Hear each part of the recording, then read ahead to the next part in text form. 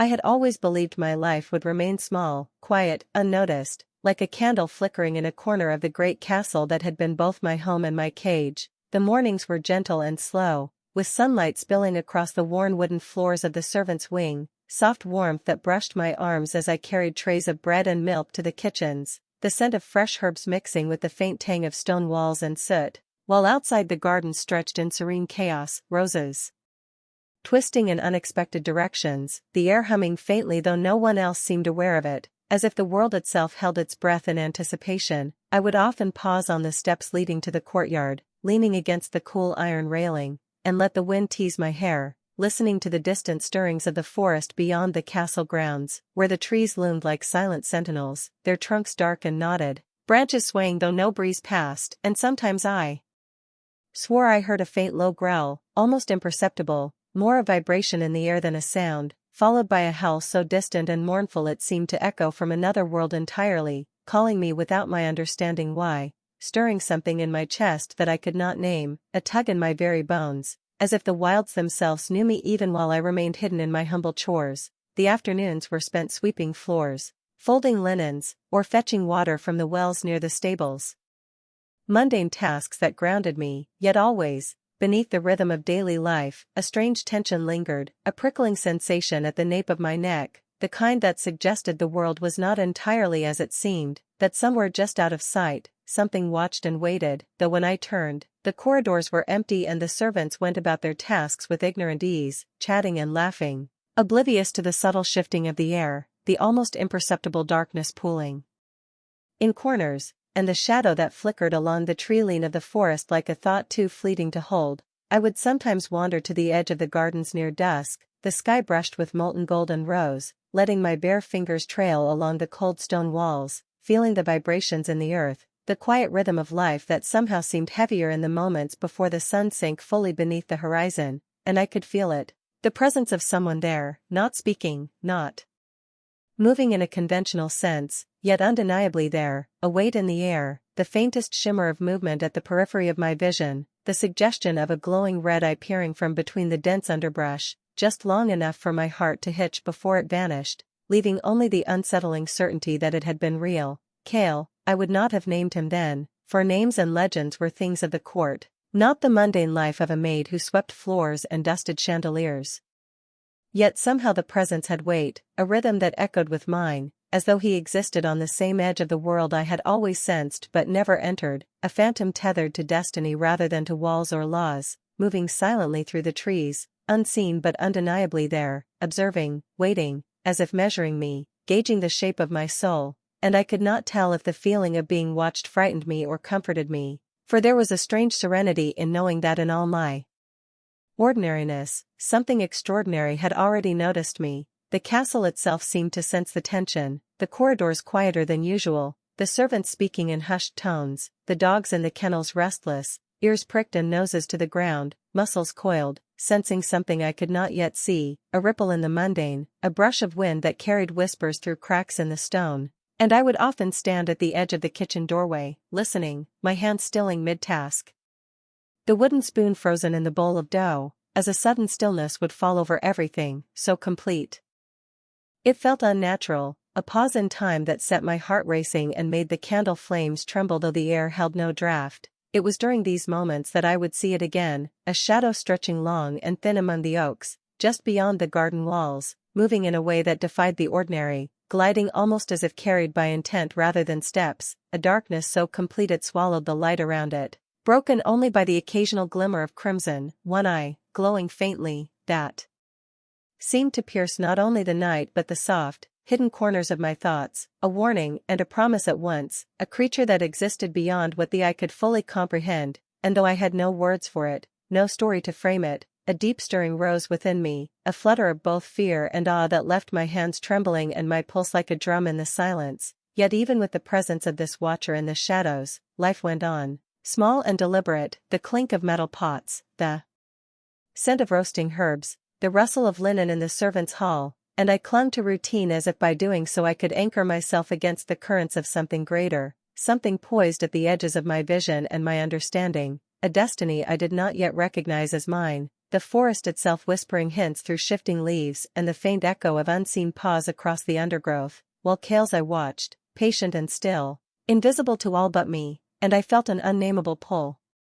The brush of wings of fate along my spine, as though the world was tilting imperceptibly, aligning me with something vast, ancient, and alive, something that had been waiting for my notice since long before my earliest memories. As the sun dipped behind the horizon and shadows pooled in the corners of the gardens and the courtyards, I lingered at the stone balustrade, fingers grazing the cold surface, staring toward the darkened line of trees, feeling the hum of the earth beneath my feet, and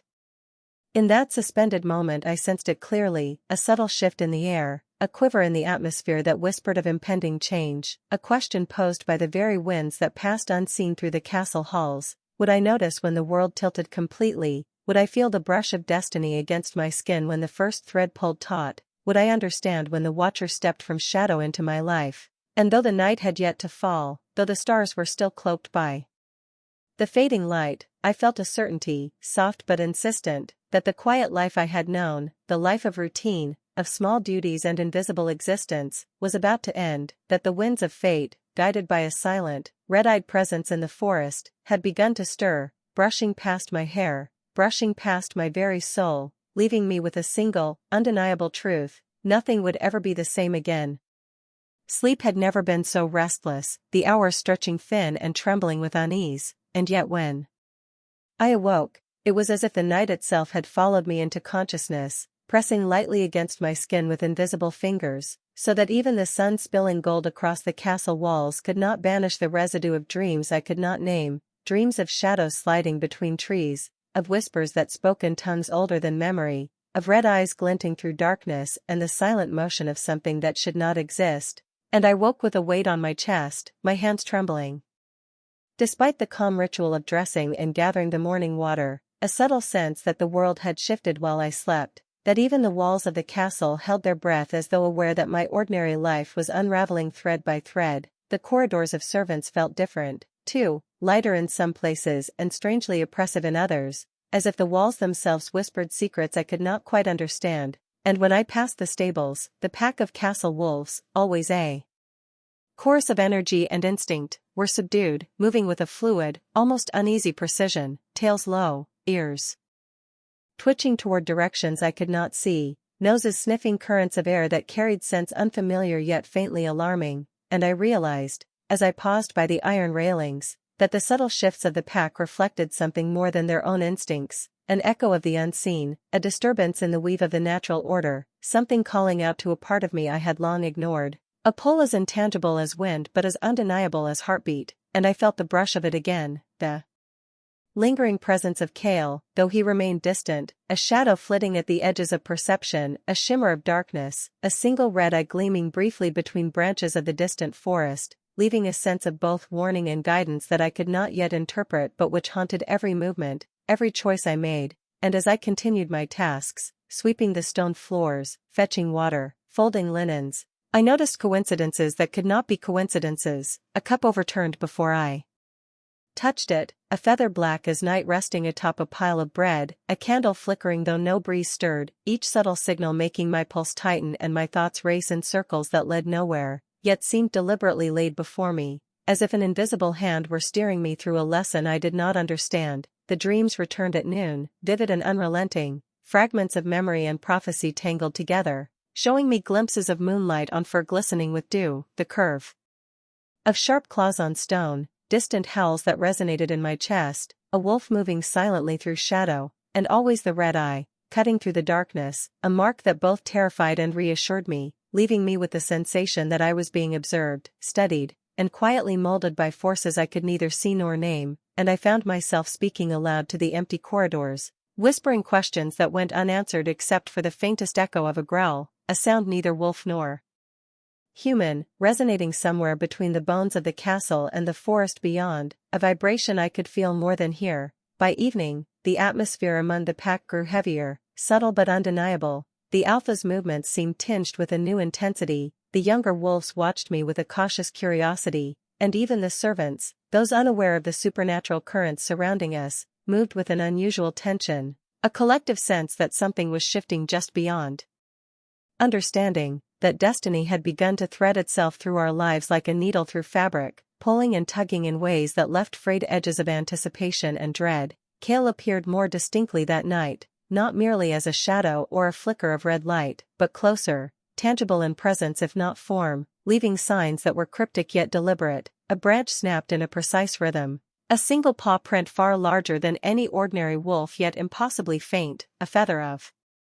deepest black laid atop a windowsill, all pointing toward directions I could not yet fathom, and each sign carried weight, urgency, and a sense of inevitability, as though the forest itself conspired to teach me lessons I could not yet grasp. And when I dared to follow the prints toward the edge of the garden under moonlight, I caught a glimpse of Cale's form moving fluidly between trees, silent as smoke. His glowing red eye fixed not on me but on something beyond me, something that I felt but could not see, a destination only he seemed to know, and a shiver ran through me because it was clear he was neither predator nor friend in the conventional sense, but a force intertwined with fate, a guardian, a herald, and a shadow of questions I had not yet dared to ask. As I returned to the castle, my mind whirling, I noticed subtle patterns in the day's events that could not be dismissed. Servants who normally quarreled now worked in perfect coordination, minor accidents avoided themselves as though guided by unseen hands, and even the Alpha himself paused mid-step as if sensing a presence at my side. His golden eyes scanning the periphery where I knew Cale had been, and a sense of orchestration, deliberate, patient, and unfathomable, settled over me like a cloak, pressing both comfort and terror into my chest, for I realized that every dream, every coincidence, every flicker of unnatural air or sudden silence had been part of a design, a web slowly encasing me in patterns I could not yet read but which tugged insistently at my awareness, and in that realization, a deep chill washed over me. An intimate knowledge that I was no longer the passive observer of my life but a participant in a story being guided by an unknown hand, a presence both protective and inscrutable, whose motives were hidden beneath layers of shadow, and though fear curled in my stomach, it was intertwined with a thrill unlike anything I had known, for the whispers in the dark were not threats, they were invitations, an awakening to a world that had always existed alongside mine, invisible until the moment I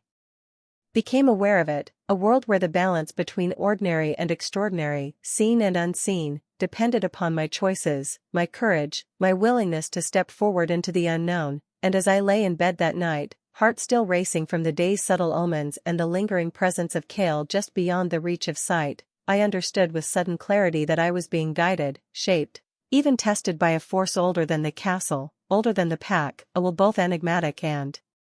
inexorable. And the final echo of the distant howl outside my window sounded not like warning or farewell, but like a summons, low and resonant, threading through the air and settling into my bones, leaving me with a truth both simple and terrifying. I was no longer alone in my life, and the path I had thought mundane was already unfolding into something vast, deliberate, and unknown, and if I chose to follow, I would see that the quiet existence I had known was gone forever, replaced by a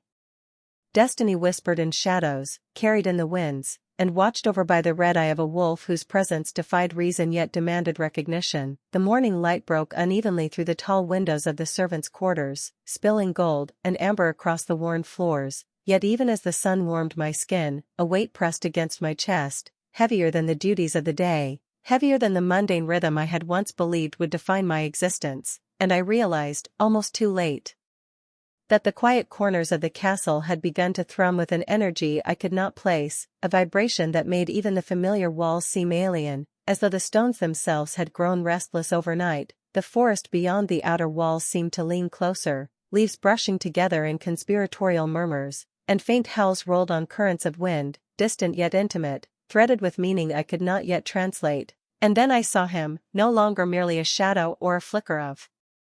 crimson in the darkness, but a presence that could not be ignored, a wolf whose form was impossibly dark, muscular, and precise, and whose single glowing red eye burned with a knowledge that pierced through the edges of my perception. And he stepped from between the trees for the briefest instant, a silhouette against the morning mist, silent yet insistent, and I felt the echo of something larger, something beyond my comprehension, a force that seemed to rearrange the very air around him, as if even the wind recognized him as untouchable, untamed, a herald of truths that would not be contained. I had no name for him yet, no words that could capture the pull he exerted, but my instinct screamed that he carried the weight of destiny, that the path I had walked so carefully to avoid significance had already shifted beneath me, cracking in subtle, uneven lines, and then, as I stepped toward the courtyard to begin my chores, Cale's presence coalesced more sharply, not hiding now but watching with that single red eye, and he tilted his head, a movement deliberate, and in a voice that was more felt than heard, he murmured a line that would echo endlessly in my mind, "Your world stands on a lie."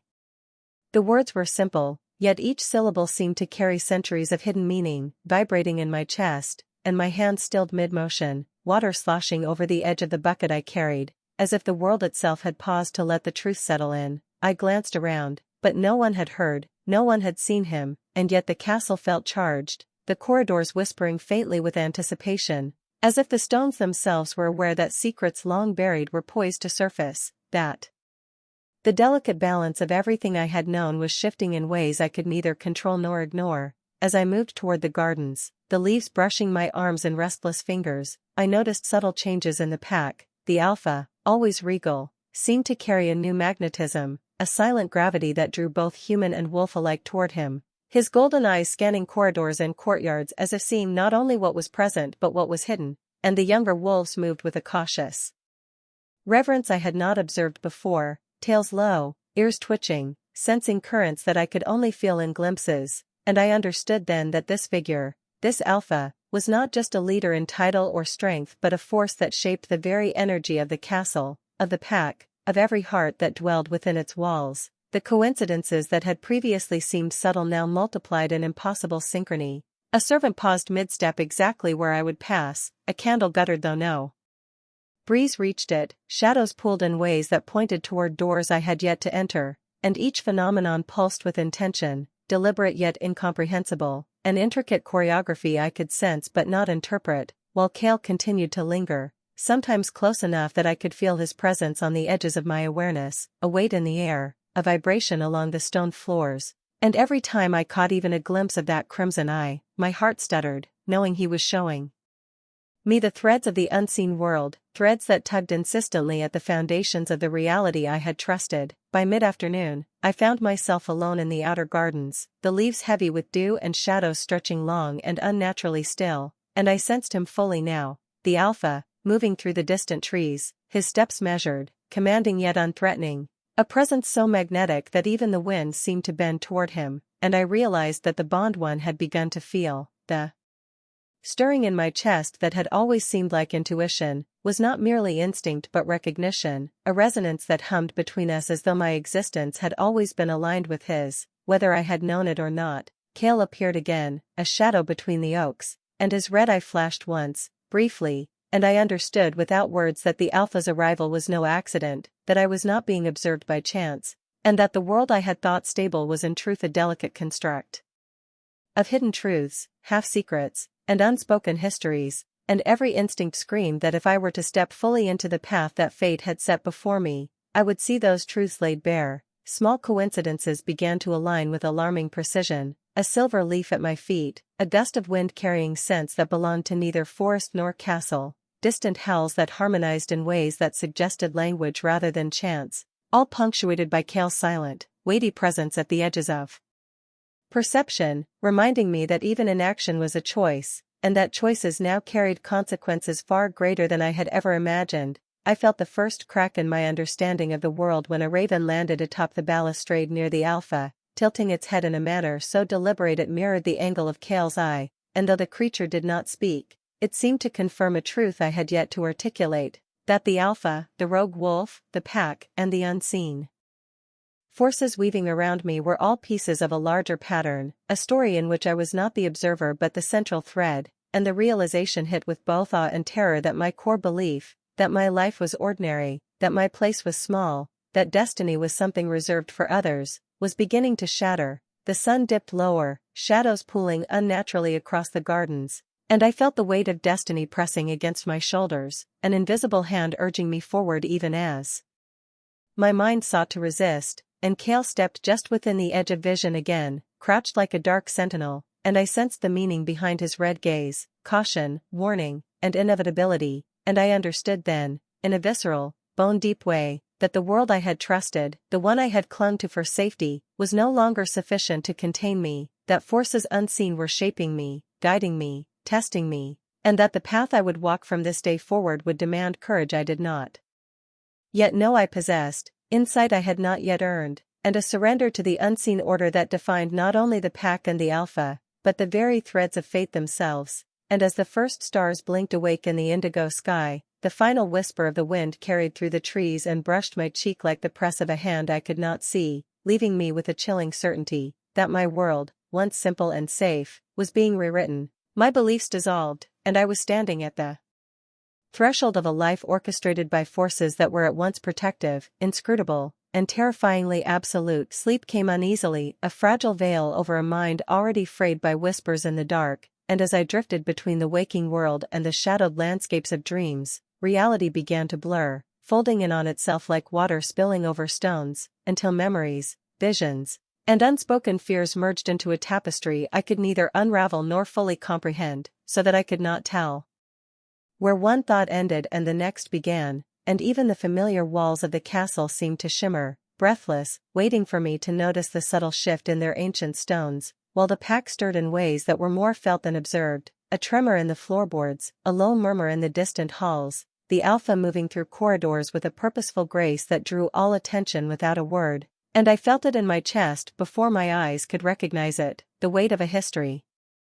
carefully hidden, a secret stitched into generations of wolves, humans, and bloodlines so intertwined that even I, as a humble maid, had unknowingly carried the mark of its truth within me. Dreams returned with uncanny clarity, flashing images like shards of a broken mirror. The first alpha, towering and luminous in the silver light of a moon long vanished, standing over a circle of wolves whose eyes glowed with knowledge and warning, their howls carrying messages in a language older than stone.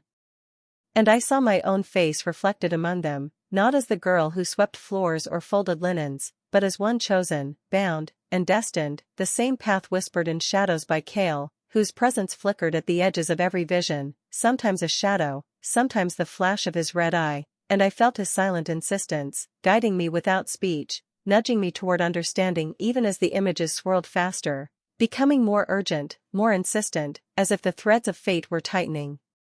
around my chest, and the heartbeats of past and present echoed in my own. The memories pressed against me with weight, carrying emotion so vivid that I could taste the sorrow, the fear, the triumph, and the sacrifice of those long gone, and the castle around me, the corridors, the stone walls, the gardens, seemed to pulse in sympathy, quivering with secrets held too long, the air thick with the unspoken promise of revelation, and even the pack responded, wolves pausing mid-step, noses lifted, ears pricked, sensing the vibrations I could not yet name, while Cale's shadow slid silently among the trees at the edge of the courtyard, invisible to all but me, a constant, unyielding presence whose mere existence reminded me that destiny had already begun shaping my path. Visions sharpened as if drawn by invisible hands, showing me an altar carved into the oldest oak in the forest, where pawprints and footprints intertwined in patterns no human or wolf could decipher alone, where a prophecy had been etched long ago, proclaiming that when a Luna unaware of her bloodline opened her eyes to the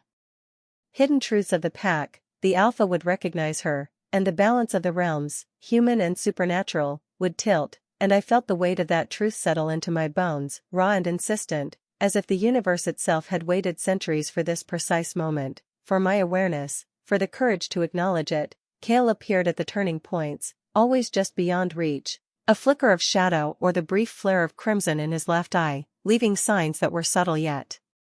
unmistakable, a snapped branch, a dark feather laid upon the stone, a pawprint in impossible alignment with the moonlight, all markers pointing toward paths I had yet to take, and though he never spoke beyond that single cryptic line from before, I understood the gravity of his silent guidance, that every decision I made now would ripple through the pack, the forest, and my own understanding of who I was and what I had been born to fulfill. The day moved onward, but time itself seemed fractured, moments stretching unnaturally as dreams bled into reality, and I felt myself wandering the gardens, touching the cold iron railings, running my fingers along the bark of trees older than memory, and glimpsing in every shadow a fragment of history, a whisper of the pack's true nature, the sacrifices of alphas long past, and the burdens carried silently by those who walked in fur and shadow, all converging on the present in a tapestry of revelation that threatened to overwhelm my senses. In the quiet moments, I recalled stories I had overheard from servants, legends half forgotten, now knitting together with the visions to reveal a hidden prophecy, that a Luna born of no prominence, who walked unnoticed among humans and wolves alike, would awaken the pack to truths buried under generations of obedience, and that the Alpha she was bound to would recognize her not by title or strength but by the resonance of destiny itself, and I felt a cold shiver run along my spine as I realized that the ordinary life I had clung to was a lie, a fragile cocoon meant to shield me until the right moment, and that the threads of the prophecy were pulling taut around me even as I stood unaware in the sunlight. Kale's presence, as always, punctuated the most pivotal moments, when a breeze carried a scent of the forest I had never noticed, when a raven landed silently on a stone column, when a distant howl rolled across the hills in perfect cadence with my own pulse, and each occurrence reminded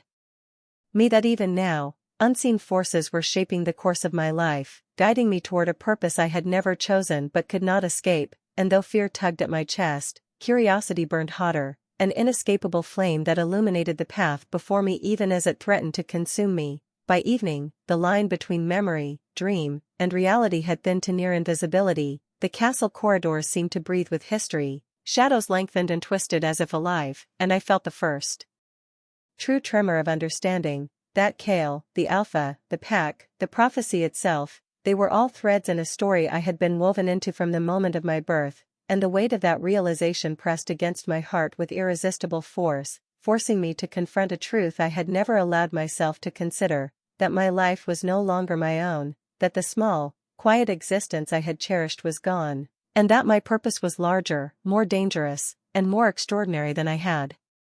ever imagined. And as the first stars pierced the night sky, and the distant howls of wolves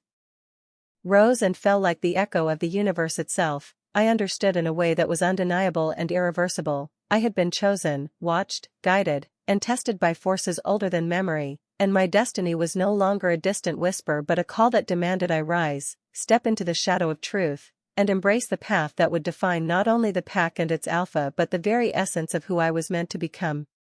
The morning arrived heavy with silence, a pressing quiet that seemed to follow me into every corner of the castle, and even the birdsong outside carried a subtle weight, notes stretched thin as though the world itself held its breath in anticipation, and I felt it immediately in the corridors, the pack, and the unseen threads that bound me to them, a storm that had been brewing in whispers and shadows now rolling inward, shaking the foundations of the small certainties I had clung to. Trust, once a simple companion, had become fragile, strained by secrets and unspoken fears, for every glance carried double meaning, every word weighed with intention, and I could feel the tension ripple through those around me, the Alpha, the younger wolves, even the servants, whose mundane routines now carried the undercurrent of unacknowledged knowledge, a sense that events were moving faster than they could comprehend, faster than I could process, and yet the pull toward what was inevitable remained irresistible, threading me through corridors, across cold stone floors, and into gardens where shadows lengthened unnaturally, carrying with them the echoes of decisions I had not yet dared make. Kale's presence, closer than ever, pressed against the edges of my perception, not visible in full but unmistakable in weight and vibration, a silent certainty that destiny itself breathed behind me, that my steps, my choices, and even my hesitation were under the watchful eye of forces older than memory, guiding, nudging, warning, yet never touching, never speaking more than a glance of crimson in the corner of my awareness, a pulse in the darkness that threaded through the wind, the trees, and the hushed voices of the pack, and I felt both comforted and terrified by his nearness, knowing he existed as both sentinel and judge. The Alpha moved closer, magnetic and commanding, his presence drawing out my instincts in ways I had never anticipated, exposing hidden emotions I could no longer deny, and I realized how tenuous the bonds between us truly were, how easily loyalty could fracture under the weight of fear and expectation, as if the history of the pack itself was testing me, forcing me to confront the duality of love and duty, instinct and reason, and the growing storm inside my chest mirrored the turbulence around me, winds of emotion swirling with memories, visions, and unspoken truths that pressed against the fragile barriers I had erected to protect my heart. Subtle crises unfolded like shards of ice in the warmth of a fragile day. A wolf I trusted faltered under pressure, a human ally misread my intentions, the Alpha's unyielding gaze challenged me in ways that demanded clarity and courage, and every choice seemed to carry weight beyond comprehension. as if the world had contracted to the space between my heartbeats, and yet even in the midst of confusion and uncertainty, I sensed Cale's quiet guidance, the faint pulse of his red eye threading through each moment, reminding me that though I might stumble, though the path might fracture beneath my feet, the unseen forces steering me would not abandon me, only test me, and I began to recognize the pattern of his intervention, the way he appeared at critical junctures, always slightly ahead, silently marking the points where I would need to decide whether to step forward or retreat, to trust or doubt, to sacrifice comfort for destiny. Decisions came in succession, each more agonizing than the last, though never violent, never cruel, but painfully intimate, demanding self-reflection I could not ignore, and I found myself weighing the needs of the pack against the fragile trust of individuals, the alpha's expectations against the instincts that whispered in my bones, the shadows in my dreams against the tangible reality of the castle walls and forest beyond, and as the day wore on, the storm of emotions crescendoed, bringing tears I could not explain, a trembling of hands and chest that mirrored the quivering uncertainty in the faces of those I held dear, and in one fleeting instant, a choice crystallized before me, impossible in its clarity, demanding action that would ripple through the lives of everyone I loved and every bond one had cherished. Cale's presence was sharper than ever, a weight behind me, a breath on my shoulder, a reminder that my path had never truly been mine alone, that destiny watched, and though he remained hidden, unseen by all but me, I felt the intimacy of his observation, the inevitability of his silent insistence, and my heart clenched with a mixture of fear, awe, and recognition, knowing that this storm was as much a test of my own courage as it was of my loyalty and strength, and that the consequences of my actions would extend far beyond the fragile circle of the present. When the moment arrived, it demanded a sacrifice that no blade could enact, no wound could convey, a choice that required surrendering what I held closest to the currents of fate, and I stepped back from the warmth of the alpha's gaze, pulling my presence away from those I trusted most, leaving a space between us that echoed with unspoken loss, and in that separation I felt the tug of inevitability, the weight of destiny threading through my ribs, and though my chest ached with the absence I had created, I understood that in this act of emotional relinquishment, a greater truth was revealed, bonds would be tested, hearts would strain, and paths would diverge, yet even in separation, the unseen hands that guided me, Cale's silent vigilance, the pattern of prophecy, the currents of the pack, remained, unbroken, awaiting the moment when courage, clarity, and sacrifice would converge to shape the destiny I had only begun to grasp, and as the shadows deepened across the stone floors, curling in darkness around the figures I loved yet could not fully hold, I turned my gaze toward the edge of the forest where Cale's form lingered, a shadow among shadows, red eye burning with quiet judgment, and in the stillness that followed the storm within me, I felt the sharp, bitter beauty of understanding, that sacrifice, even when silent and unseen, was the price of awakening, that separation was a catalyst for purpose, and that the life I had once clung to as ordinary and safe had been irrevocably altered, leaving me suspended between loss and revelation, trembling with grief, and yet alive with the first undeniable clarity of what I was truly meant to become. The forest held its breath in the early hours, dew-laden leaves trembling in a wind that seemed both alive and expectant, and I felt the pulse of the world beneath my feet, a rhythm that thrummed through stone, soil, and sinew, echoing the truth that I had long feared and longed for, that the life I had known was gone, that the bonds I had forged, the trials I had endured, and the sacrifices I had made were leading me to a moment both inevitable and profound, and as I stepped into the clearing where sunlight had yet to pierce the canopy, the air shifted subtly, carrying whispers of destiny, of ancient pacts, of the prophecies I had glimpsed in dreams and visions, their meanings now coalescing into clarity that resonated through every fiber of my being, and I sensed the pack gathering at the edges of the clearing, wolves silent and alert, their golden eyes reflecting the first hints of dawn, the alpha at the forefront, regal and commanding, radiating the magnetic authority I had recognized long ago yet had only fully understood in the storm of trials and emotional turmoil that had brought me here, and I knew in that moment that I was no longer a passive observer, no longer a shadow among servants, but the Luna I had been born to become. The guide and anchor of the pack whose threads of destiny had been meticulously woven for centuries, whose presence was now inseparable from the fate of those I loved and those I had yet to meet, and the weight of this truth pressed against my chest with a mixture of exhilaration and fear, a tangible force that made my pulse roar louder than the distant winds rustling through the ancient trees. Cale appeared then, as he always did at the edges of revelation, a dark silhouette against the shifting light, red eye glowing faintly like embers left from some long-extinguished fire, and though he remained separate, untouchable, his presence hummed with intention, as if every motion, every pause, every silent observation carried meaning I was only beginning to decipher, and I felt the steady pull of his guidance, the invisible hand that had shaped my journey at every turn, until he moved closer, still hidden, yet present enough that the hair on my arms rose and a shiver threaded down my spine, and he left something behind, small but significant, a black feather, curved and perfect, resting at my feet, a symbol that I could not yet fully translate but that resonated with the culmination of my trials, as if to mark both his blessing and his departure from this chapter of my life, a silent farewell that carried weight far beyond its size, a reminder that even legends could vanish into shadows, leaving only the echo of their purpose to guide those who remained. The Alpha stepped forward, golden eyes meeting mine, and in that gaze, I felt the bond we had forged through chaos, through testing, through the storms of trust and sacrifice, a connection that transcended words, rooted in instinct, choice, and destiny itself, and I understood without needing a proclamation that my role was no longer tentative, no longer uncertain, but absolute, the Luna whose presence balanced the pack, whose strength and wisdom were now inseparable from the Alpha's, whose understanding of the hidden currents of the world, shaped in part by Cale's silent mentorship, was now my own, and as I stepped closer to the Alpha, my paws sinking slightly into the damp earth, I felt the final vestiges of fear dissolve into purpose, a clarity as sharp and vital as sunlight piercing the canopy, while behind me, Cale lingered for a heartbeat longer, his crimson eye flaring once, intensely, before he melted into shadow, a presence felt but unseen, a legend retreating into myth, leaving me with both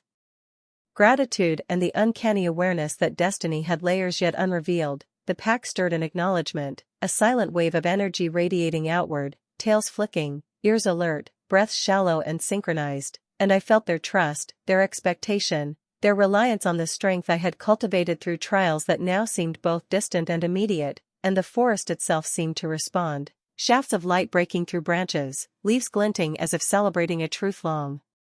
awaited, while distant howls rolled across the hills, harmonizing with the rhythm of my own heartbeat, calling across the expanse of trees and mist, connecting past, present, and future in a single, vibrating note, and in that chorus, I realized that though I had reached a pinnacle, though my place was now clear and recognized by all who mattered, the story was far from finished, that threads remained dangling, mysteries unresolved, destinies yet entwined, and that my journey as Luna would